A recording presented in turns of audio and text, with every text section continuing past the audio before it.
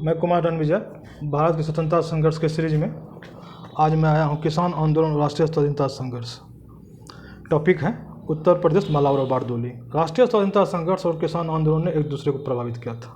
अब देखते हैं कैसे। अवध में किसान सभा या किसान आंदोलन देख लेते हैं, उनकी पृष्ठभूमि देख लेते हैं कि अवध पर अंग्रेजी हुकूमत के कब्जे के बाद पूरे प्रांत में तालुकादारों या जमींदारों का कब्जा एक तरह से हो गया था। वो किसानों का बेइंतहा शोषण कर रहे थे। पहला कारण तो ये था। दूसरा था प्रथम विश्व युद्ध के महंगाई के मार ने किसानों की रीढ़ तोड़ दी।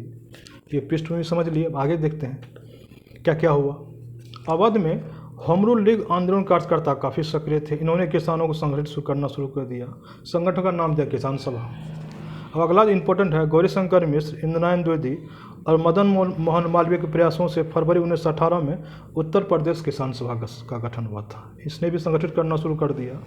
और इससे पहले इंद्रनारायण द्विवेदी ने किसानों की एक याचिका दी थी, जिसमें मांग की गई थी कि नई संवैधानिक व्यवस्था में किसानों के हितों का ख्याल रखा जाए। उस समय संविधान की बात जोरों पर थी। उत्तर प्रदेश किसान सभा ने थोड़े समय अपने आप को स्थापित कर लिया और इस तरह किसान सभा जागरूक किया। विपिन चंद्र लिखते हैं उसका उदाहरण कि दिसंबर 1918 में दिल्ली में कांग्रेस अधिवेशन में बहुत बड़ी संख्या में उत्तर प्रदेश किसानों ने भाग लिया और अमृतसर कांग्रेस अधिवेशन में भी इनकी तादाद काफ़ी थी। इन अधिवेशन में किसानों का व्यवहार तो काफ़ी उग्र था, जिनकी करीब भर्त्सना जो है उस अधिवेशन के अध्यक्ष मोतीलाल नेहरू ने भी की। ठीक है, अब आते हैं जो घटना शुरू हो गई। 1919 के अंतिम दिनों में किसानों का एक संगठित विद्रोह खुलकर सामने आया। प्रतापगढ़ जिले की जागीर में नाई धोबी बंद सामाजिक बहिष्कार संगठित कार्रवाई की पहली घटना थी। अब यहाँ जो है राष्ट्रीय स्तर पर राजनीतिक गतिविधियाँ भी इस जगह पर जोर पकड़ने लगी थी और ग्राम पंचायतों के नेतृत्व में किसानों का बैठक भी शुरू हो गया इस जगह पे। झिंगुरी सिंह और दुर्गपाल सिंह ने इसमें महत्वपूर्ण भूमिका निभाई। ठीक है, पहला इंपॉर्टेंट चीज़ है। और लेकिन जल्दी एक नया चेहरा उभरा, बाबा रामचंद्र। अब बाबा रामचंद्र का बैकग्राउंड समझ लेते हैं। बाबा रामचंद्र महाराष्ट्र के ब्राह्मण परिवार के थे। वो घुमक्कर प्रवृत्ति के थे और फिजी चले गए। ठीक है, 1909 में वो वापस लौटे, फैजाबाद में रहे और 1920 तक वो साधु का जीवन जीते रहे। तुलसीदास का रामचरित मानस लेकर गाँव गाँव घूमते और गाँव वालों को मानस की चौपाइयाँ सुनाते हैं। और इसी बीच जो है किसानों के नेता ग्रुप में उभरे। उन्होंने किसानों को संगठित करना शुरू कर दिया। 1920 में बाबा रामचंद्र किसानों का जत्था लेकर इलाहाबाद पहुँचे और जो है उन्होंने गौरीशंकर मिश्र और जवाहरलाल नेहरू से मुलाकात की और कहा कि आप जाकर गांव में देखिए किसानों की स्थिति क्या है। जवाहरलाल नेहरू कई बार ग्रामीण इलाका का दौरा भी किए और किसान सभा आंदोलन संपर्क भी स्थापित किया। और इसी बीच जो है प्रतापगढ़ के किसानों को एक हमदर्द अधिकारी मिल गया, डिप्टी कमिश्नर मेहता, जिन्होंने किसानों को उनकी शिकायत दूर करने का आश्वासन दिया। प्रतापगढ़ जिले का रूढ़ गाँव किसान सभा की गतिविधियों का मुख्य केंद्र बन गया। इस अवधि में गौरीशंकर मिश्र भी प्रतापगढ़ में काफ़ी सक्रिय थे, लेकिन मेहता छुट्टी पर चले गए थोड़ी देर के लिए अगस्त 1920 में। यह जमींदारों के लिए, तालुकादारों के लिए सुअवसर था।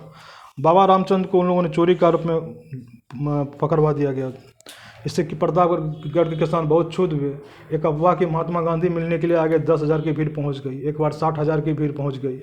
अब मामला उलझने लगा तो अंग्रेज ने जो है मेहता को बुला लिया और चोरी का झूठा मामला रफा दफा कर लाया गया। इस तरह जो है चोरी का झूठा मामला रफा दफा कर दिया गया और जमींदारों पर दबाव डालने लगे कि वो इस रवैये में परिवर्तन ला गया।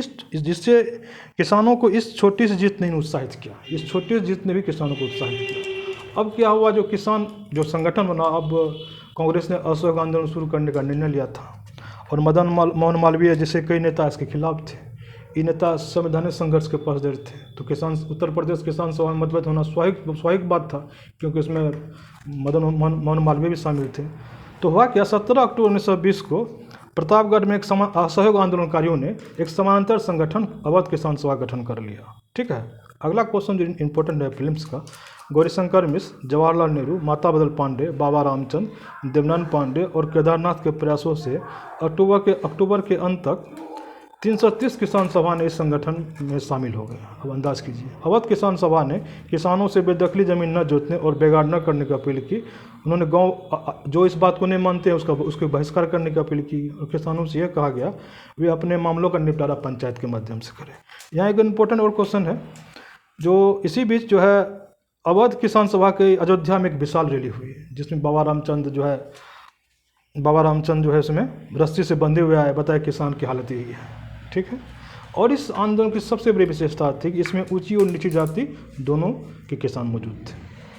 अब एक नई जगह आते हैं कि जनवरी के आरंभ में किसानों के संघर्ष में बदलाव आया।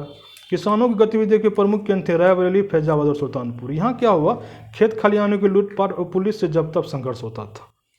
लेकिन इसमें हुआ क्या, इनमें से बहुत घटनाओं में किसानों के किसी बड़े नेता ने नहीं बल्कि स्थानीय लोगों ने पहल की थी, जिसमें साधु, धार्मिक हस्तियाँ और दयावंचित भूस्वामी शामिल थे। ये जगह था रायबरेली, फैजाबाद और सुल्तानपुर में। और हुआ क्या, अंग्रेजों ने देशद्रोही अधिनियम लागू कर दिया तो राजनीतिक गतिविधि यहाँ ठप हो गई। राष्ट्रवादी नेता अदालत में किसानों के लिए लड़ते रहे लेकिन इसका कोई अधिक असर नहीं पड़ा। और इसी बीच अंग्रेज ने क्या किया, सरकार ने अवैध मालगुजारी रेंट अधिनियम पारित कर दिया। इससे किसानों को कोई खास राहत तो नहीं मिली, लेकिन मन में उम्मीद जगी और इस नए कानून ने भी आंदोलन को तोड़ने का काम किया। अब आते हैं, फिर भी एक साल के अंत में किसानों का असंतोष फिर उभरा। वो इस गतिविधि की केंद्र था, देखिए, हरदोई, बहराइच और सीतापुर। ठीक है, ये एका आंदोलन की जो पृष्ठभूमि थी, इसको कहते हैं, इसका नाम है एका या एकता आंदोलन। इसकी पृष्ठभूमि थी किसानों से 50% ज़्यादा लगान वसूला जा रहा था और किसानों पर तरह तरह के जुल्म ढा रहे थे। तो ये पृष्ठभूमि थी। हम देखते हैं क्या क्या इसमें हुआ। इसमें इस किसानों के असंतोष के आंदोलन की शक्ल दी कांग्रेस और खिलाफत के नेताओं ने। अब इसमें हुआ क्या था कि जो रोचक बात है, एका बैठक शुरू होने से पहले सभा स्थल पर एक गड्ढा खोदकर उसमें पानी भरा जाता था। इसे गंगा माना जाता था। वहाँ पुजारी पहुंचकर सारे किसानों को इकट्ठे होकर सौगंध खिलाते थे कि वो निर्धारित लगान ही देंगे और निर्धारित बेदखल किए जाने पर भी ज़मीन नहीं छोड़ेंगे, जबरिया मजदूरी नहीं करेंगे और पंचायत के फैसले को मानेंगे। लेकिन एका आंदोलन ने थोड़े समय में अपने अलग जड़ें जमा ली। आंदोलन का नेतृत्व पिछड़ी जाति के मदारी पासी वो अन्य नेताओं के हाथ में चला गया। लेकिन ये नेता कांग्रेस के अनुशंसित और अहिंसक आंदोलन के सिद्धांत से पूरी तरह प्रतिबद्ध नहीं थे। इसका नतीजा ये हुआ कि राष्ट्रवादी नेता आंदोलन से अलग थलग पड़ गए। आंदोलन ने दूसरी राह पकड़ ली। चोरी कांड के बाद भी गांधी ने जब असहयोग आंदोलन वापस लिया तब भी चलता रहा। लेकिन ये एक विशेषता थी इस आंदोलन की कि पहले की किसान सभा आंदोलन से एक महीने में अलग था। किसान आंदोलन पहले का जो था मूलतः काश्तकारों का आंदोलन था।